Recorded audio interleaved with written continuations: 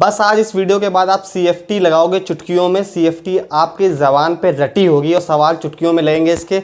बस क्या करना है, आपको अंत तक इस वीडियो को देखना है और अच्छे से समझना है कि क्या मैं समझा रहा हूँ आपको, और मेरी बातों को कैच करना है। और अगर ये वीडियो आपको पसंद है तो वीडियो को लाइक जरूर करना, और चैनल को सब्सक्राइब नहीं किया तो अभी तक तो कर दो, क्योंकि मैं ऐसी वीडियो आपके लिए रोज़ डेली लाता रहूँगा, तो आपका फ़ायदा ही फ़ायदा है और फ्री की वीडियो मिलेगी। तो चलो हम लोग शुरू करते हैं। CFT जो कि है क्रिस्टल फील्ड थ्योरी, ठीक है, क्रिस्टल फील्ड थ्योरी है। इसमें सबसे पहले हम जान लेते हैं कि जो आपके कोऑर्डिनेट कंपाउंड होते हैं उनमें d ऑर्बिटल होता है। कौन सा ऑर्बिटल होता है? d ऑर्बिटल्स होते हैं। तो d उपकक्षा में आपके 5 ऑर्बिटल होते हैं। कितने ऑर्बिटल होते हैं? 5 ऑर्बिटल होते हैं। आपको क्लियर हो? 1 2 3 4 ये 5 ऑर्बिटल आपके दिए हैं, वो d उपकक्षा के हैं, जो कि आपको डोनेट करते हैं d xy, d yz, d xz, d x square dash Y square, d z square.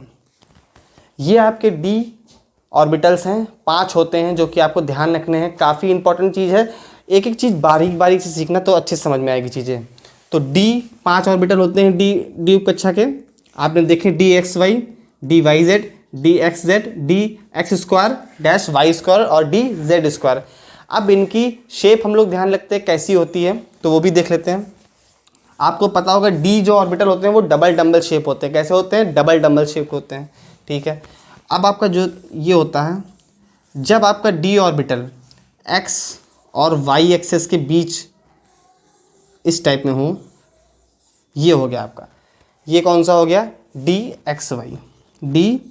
xy orbital, ठीक है। कौन सा हो गया? d xy। आप समझ पा रहे हैं, x और y एक्सेस के बीच में है, ठीक है। कहाँ पर है? x और y अक्ष के बीच में है। और ये जो d ऑर्बिटल के सारे ऑर्बिट होते हैं वो सेम एनर्जी लेवल के होते हैं। कैसे होते हैं? समान ऊर्जा के होते हैं। तो समान ऊर्जा के होते हैं, इसीलिए इसे हम समभ्रंश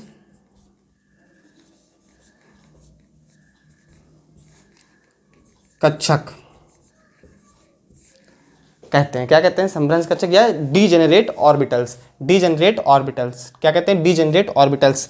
ये आपने ध्यान रखा कि d का एक ऑर्बिटल जो है वो कैसा होगा? d x y का, जो x और y एक्सेस के बीच होगा। अब आपका दूसरा कौन सा है? y और z, तो वो कौन सा? इस टाइप से होगा, ठीक है। और एक आपका है z and x, z and x, तो वो ऐसे होगा आपका, ठीक है। ये सब आपके अक्ष के बीच में है, ध्यान रखिएगा ये चीज़। ये जो तीनों बने हैं ये अक्ष के बीच में है, और जो 2 होते हैं वो ऐसे होते हैं।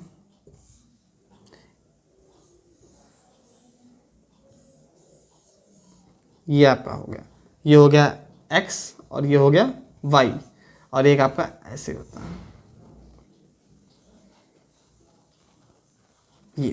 ये हो गया आपका z। तो ये z एक्सेस पे होता है। ध्यान रखना, ये आपके ये जो 3 होते हैं, ये जो 3 होते हैं ये एक्सेस के बीच में होते हैं, और ये जो 2 होते हैं वो आपकी अक्ष पर ही होते हैं। तो इनको हम लोग कहते हैं T2G ऑर्बिटल, T2G ऑर्बिटल, और इनको कहते हैं EG ऑर्बिटल, ठीक है। यहाँ पर भी मैं बता देता हूँ, ये जो 3 होते हैं ये आपके हो गए T2G ऑर्बिटल, और ये जो 2 बचे ये हो गए EG ऑर्बिटल, ठीक है। ये बात क्लियर होनी चाहिए बिल्कुल। और कौन स्थिति पे कौन सा होता है, कौन सा इन बिटवीन एक्सेस होता है, मतलब अक्ष के बीच में होता है, और कौन अक्ष पे होता है, यही ध्यान रखना पड़ेगा आपको। अब ये जो होते हैं ये d ऑर्बिटल, ये किसके होते हैं? आपके उपसंयोजक रसायन में आपने पढ़ा होगा, आपका ऐसे होता है यहाँ पर उपसंयोजी कोश, और यहाँ पर कोई भी सेंट्रल मेटल होता है, यहाँ पे CN6 मान लो, ठीक है। ये चीज़ होती है। तो ये जो आपका होता है वो केंद्रीय धातु परमाणु होता है, और ये आपके क्या होते हैं? लिगेंड्स होते हैं। क्या होते हैं? लिगेंड होते हैं। तो ध्यान से समझना मेरी बात को, केंद्रीय धातु परमाणु जो होता है इसके जो d ऑर्बिटल होते हैं उनमें इलेक्ट्रॉन होते हैं, और जो आपका लिगेंड होता है उसके पास भी लोन पेयर्स होते हैं। करते क्या हैं ये लोग? जब d ऑर्बिटल जो केंद्रीय धातु परमाणु का है उस पर ये लिगेंड अपने अटैक करते हैं, तो जब ये लोग अटैक करेंगे, दोनों के पास इलेक्ट्रॉन होंगे, तो ये लोग आपस में क्या करेंगे? प्रतिकर्षण करेंगे, ठीक है, रिपल्शन करेंगे। इस रिपल्शन से एक एनर्जी डेवलप हो जाएगी, तो जिससे ये पांचों ऑर्बिटल क्या है, एक औसत ऊर्जा स्तर में चले जाएंगे, औसत ऊर्जा स्तर में चले जाएंगे। ठीक है, ये हो गया औसत ऊर्जा स्तर। ठीक है, ये क्या हुआ, वो पांचों के पांचों एक औसत ऊर्जा स्तर में चले गए, और फिर जब लिगेंड ने अटैक किया उन पे, तब वो क्या हुआ, वो स्प्लिट हो गए, वो क्या हुआ, टूट गए। किस प्रकार से टूटेंगे यही हमको ध्यान रखना है। आपको एक एक चीज़ बारीकी से मैं बता रहा हूँ। जहाँ पे आपने देखा होगा DXY, DYZ और DZX, XZ, और आपका DX² -Y² और DZ²। ठीक है, अब दो प्रकार से अटैक हो सकता है, या तो कॉम्प्लेक्स कैसा हो आपका, टेट्राहेड्रल हो या तो ऑक्टाहेड्रल हो। ठीक है, टेट्राहेड्रल हो या ऑक्टाहेड्रल हो, लिगेंड की संख्या के आधार पे हम लोग जान जाते हैं।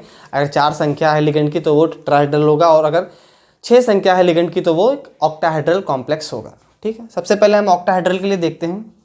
तो जो ऑक्टाहेड्रल होता है उसका लिगेंड जो होता है वो एक्सेस के बीच में अटैक करता है। ठीक है, एक्सेस के बीच में अटैक करता है, मतलब कहाँ पर, ऑक्टाहेड्रल एक्सेस पे अटैक करता है। ऑक्टाहेड्रल जो होता है वो एक्सेस पे अटैक करता है, और टेट्राहेड्रल जो होता है वो in between the axis attack करता है। तो अब ये देखो, जो ऑक्टाहेड्रल है, जो ऑक्टाहेड्रल होगा, ऑक्टाहेड्रल वो कहाँ पर अटैक करेगा, एक्सेस पे, और जो टेट्राहेड्रल होगा वो कहाँ अटैक करेगा, बिटवीन द एक्सेस, मतलब एक्सेस के बीच में। ये चीज़ें आप लोग ध्यान रखिएगा, बहुत इंपॉर्टेंट चीज़ है। ऑक्टाहेड्रल एक्सेस पे अटैक करेगा, और जो टेट्राहेड्रल होगा वो बिटवीन द एक्सेस, मतलब एक्सेस के बीच में अटैक करेगा। यहाँ से मैं इसे रफ कर देता हूँ ताकि आगे समझाऊँ। तो देखो, ये जो d ऑर्बिटल की औसत ऊर्जा स्तर है ये स्प्लिट हो जाएगा, क्या हो जाएगा, टूट जाएगा। अब चूंकि ये ऑक्टाहेड्रल के लिए हम बना रहे हैं, तो ऑक्टाहेड्रल का मतलब हो गया कि ये एक्सेस पे अटैक करेगा। तो जिस एक्सेस पे कौन से ऑर्बिटल होते हैं, हमने बताया 2 ऑर्बिटल होते हैं, जो कि आपके 2 ऑर्बिटल ऊपर बन जाएंगे, और जो बचे वो कितने होते, 3 होते हैं। ये आपके हो गए EG ऑर्बिटल, और ये हो गए T2G ऑर्बिटल। इनके पूरे नाम लिखते हैं हम, DXY, DYZ, DXZ, DZX। ठीक है, ये हो गए, और ऊपर DX² -Y², DZ²। ये आपस में स्प्लिट हो गए। तो स्प्लिट क्यों हुए, क्योंकि जो ऑक्टाहेड्रल लिगेंड होते हैं वो कहाँ पे अटैक करते हैं, वो बिटवीन द एक्सेस नहीं अटैक करते हैं, ऑन द एक्सेस अटैक करते हैं। और जो टेट्राहेड्रल होते हैं वो कहाँ पे अटैक करते हैं, बिटवीन द एक्सेस अटैक करते हैं।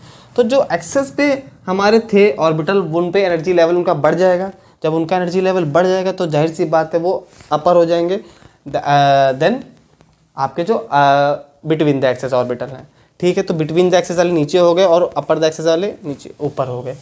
अब जो ये डिफरेंस है, ये अंतर है, ये जो डिफरेंस बना इनके लेवल का, इसी एनर्जी लेवल को हम लोग कहते हैं क्रिस्टल फील्ड स्प्लिटिंग एनर्जी या क्रिस्टल फील्ड स्टेबलाइजेशन एनर्जी। ठीक है, इसी नाम से इसे जानते हैं, और इसे डेल्टा से प्रदर्शित करते हैं। और ये ऑक्टाहेड्रल के लिए है तो डेल्टा ओ लिख देते हैं। क्या लिख देते हैं, डेल्टा ओ। एक एक चीज़ आपको क्लियरली समझ में आ रही होगी। तो डेल्टा ओ से हम लोगों ने इसे डिनोट कर दिया। अब ये डेल्टा ओ की वैल्यू जो होती है, यहाँ पे एक हम लाइन इमेजिन करते हैं। ठीक है, अब ये जो डेल्टा ओ की वैल्यू है EG की और हमारी T2G की, ये कितनी होगी, ये लेवल कितना है।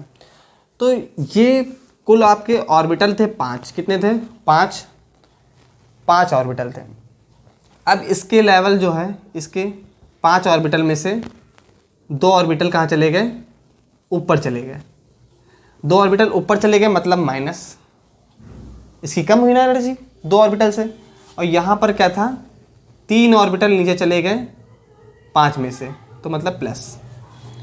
ठीक है, तो इसकी वैल्यू आएगी आपकी 3/5 और 2/5 की हम लोग वैल्यू निकालेंगे। तो EG के लिए हमारी आ जाएगी, EG के लिए है, EG हमारी EG के मान आ जाएगा 0.6। और T2G का आ जाएगा 0.4।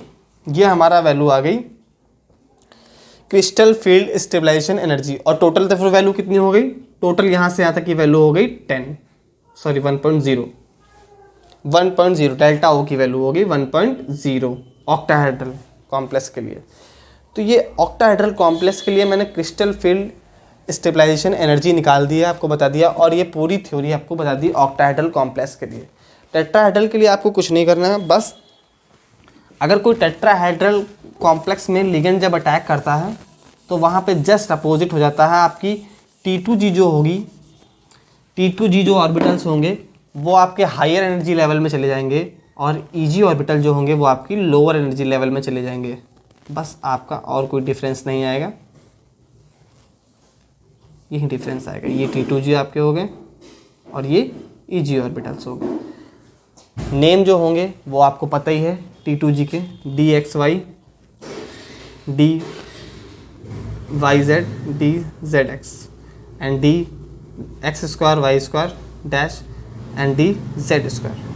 ये आपके क्या हो गए, ऑर्बिटल्स के, ऑर्बिट के नेम हो गए सबके।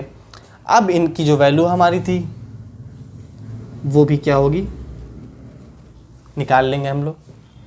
तो ऊपर हाई है तो ऊपर ज़्यादा होगी वैल्यू, तो ऊपर कितनी होगी, 2 ऑर्बिटल नीचे हैं तो 2/5, 2 ऑर्बिटल नीचे हैं तो मतलब ये प्लस में जाएगा तो कितना आ जाएगा आपकी +4 आ जाएगी, 0.4, और इधर कितनी आ जाएगी -0.6, जो कि हम निकाल चुके हैं पीछे। ये चीज़ आपको समझ में आ गई होगी। ये टेट्राहेड्रल के लिए, और पहले वाली कहाँ के लिए थे, ऑक्टाहेड्रल के लिए। तो ये आपकी थी CFT। उम्मीद करता हूँ ये वीडियो आपको बहुत अच्छी लगी होगी। इसी टाइप की वीडियोस और देखने के लिए हमारे चैनल को सब्सक्राइब करिए और हमारी अदर वीडियोस भी देखिए जाके। काफ़ी अच्छी काफ़ी मेहनत की है मैंने आप लोगों के लिए। और वीडियो पसंद है तो वीडियो को लाइक ज़रूर करना और चैनल को सब्सक्राइब कर दो और अपने फ्रेंड्स और रिलेटिव्स को बताओ कि ये चैनल है बहुत अच्छा, फ्री ऑफ स्टडी दे रहा है।